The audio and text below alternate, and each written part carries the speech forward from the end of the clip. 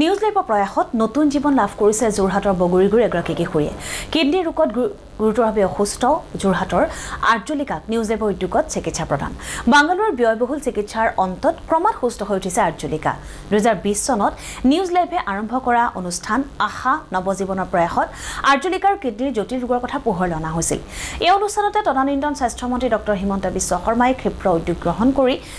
চিকিৎসা ব্যৱস্থা কৰিছিল আৰ্যলিকাৰ 3 মাহত দুটাকৈ অস্ত্ৰোপচাৰ সম্পন্ন কৰি আগবঢ়োৱা হ'ল চিকিৎসা আৰু এতিয়া আৰ্যলিকা স্কুললৈ যাব পৰাকৈ সুস্থ হৈ উঠিছে ডক্টৰ হিমন্ত বিশ্ব শৰ্মা তথা নিউজ লাইভ পৰিয়াললৈ আৰ্যলিকাৰ পৰিয়ালৰ কৃতজ্ঞতা আৰু আৰ্যলিকাৰ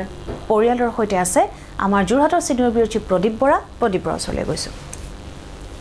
আপোনাৰ প্ৰিয় চেনেল নিউজ লাইভে বিভিন্ন সময়ত বিভিন্ন আৰ্তজনৰ কাষত থিয় দি আহিছে প্ৰাকৃতিক দুৰ্যোগেই হওক বা কোনো ব্যক্তিগত সমস্যা হওক বা কোনো ৰোগত আক্ৰান্ত লোকেই হওক যিসকল বা মেধাৱী ছাত্ৰ ছাত্ৰী হওক বিভিন্ন সময়ত নিউজ লাইভ থিয় হৈছে এই আৰ্তজনৰ কাষত আৰু নিউজ লাইভৰ যোগেদি তেওঁলোকে বিচাৰি পাইছে জীৱনত জীয়াই থকাৰ বিভিন্ন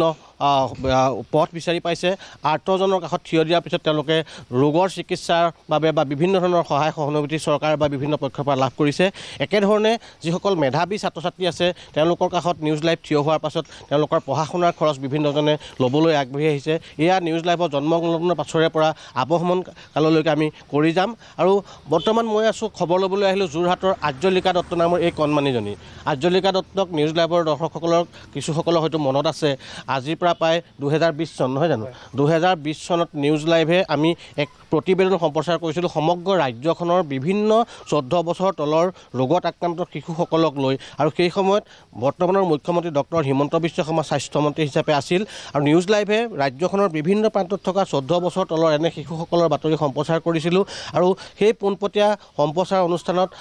স্বাস্থ্যমন্ত্ৰী তেতিয়া তদানীন্তন স্বাস্থ্যমন্ত্ৰী ডক্টৰ হিমন্ত বিশ্ব শৰ্মা বহিছিলে আৰু এই শিশুসকলক তেওঁলোকে বিভিন্ন স্থানত বাহিৰত ৰাজ্যৰ বাহিৰত চিকিৎসাৰ ব্যৱস্থা কৰিছিলে ভাল নামটো কি আছিলে নমস্কাৰ মোৰ নাম আৰ্যলিকা দত্ত এটা কোন শ্ৰেণীত পঢ়া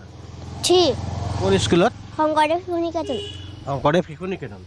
আগতে গাটো বেয়া পাই আছিলে এতিয়া ভাল পাইছানে পাইছোঁ ভাল পাইছা এতিয়া আগতে কি অসুবিধা আছিলে তোমাৰ পেচাব হৈ থাকে এতিয়া ভাল ভালকৈ খোৱা বোৱা কৰিছা নাই ক্ষীণাইছে যে কৰিছা ডিম খোৱা নোখোৱা খোৱা আমলেট খোৱা ভালকৈ পঢ়িবা দেই তোমাৰ চিকিৎসা ক'ত কৰিছিলে বেংগলত কাৰ লগত গৈছিলা পাপা মা মই কিমান দিন থাকিলা তাত 3 মাহ তোমাৰ অপাৰেশ্যন কৰিলে অপাৰেশ্যন কৰিলে তেতিয়া ভয় লাগিছিলে নি নাই লগা তাৰপৰা ভাল লাগিলে ন কোনে নিলে তোমাক চিকিৎসা কৰিবলৈ পাপা আৰু মায়ে নিলে বুজিছোঁ আৰু কোনে তোমাৰ চৰকাৰৰ ফালৰ পৰা কোনে নিলে গম পোৱা হিমন্ত বিশ্ব শৰ্মা কি হয় মামা হয় নি মামা হয় কোন মামাই নিলে হিমন্ত বিশ্ব শৰ্মা হিমন্ত মামা